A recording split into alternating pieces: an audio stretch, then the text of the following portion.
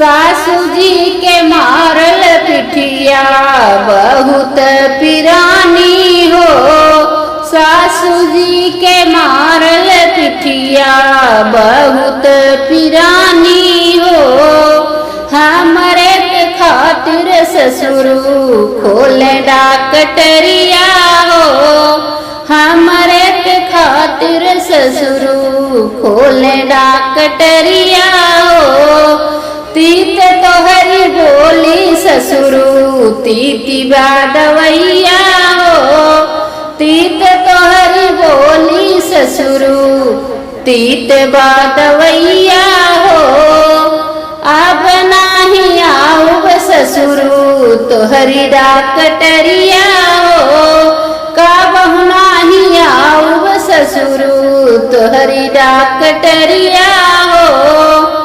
सासू जी के मारल दहिया बहुत पिरानी हो।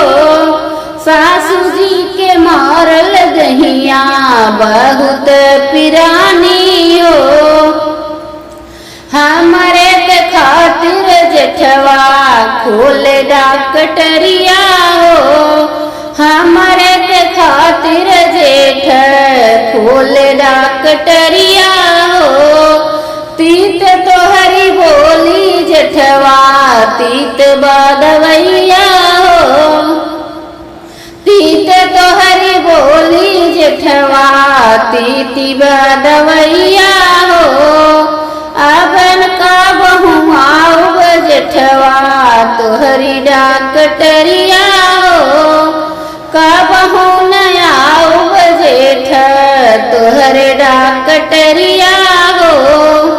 सासू जी के मारल पिठिया बहुत पिरानी हो। हमरे के खातिर देवरा खोले डाकटरिया हो। तीत तोहरी बोली देवरा तीती बादवैया हो। तीत तोहरी बोली देवरा तीत बादवैया हो। अब नाही अउबई देवरा तोहरी डाकटरिया हो। कबहु नाही आऊब देवरा तोहरी डाकटरिया हो।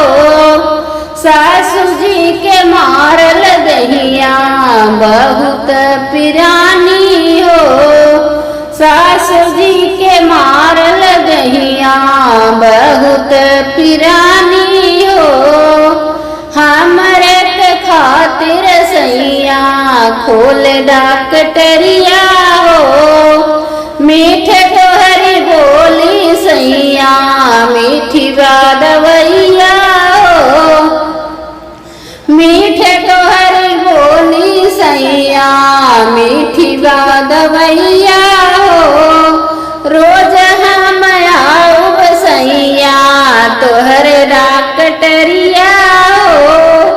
रोज हम आऊब सैया तोहर डाकटरिया हो।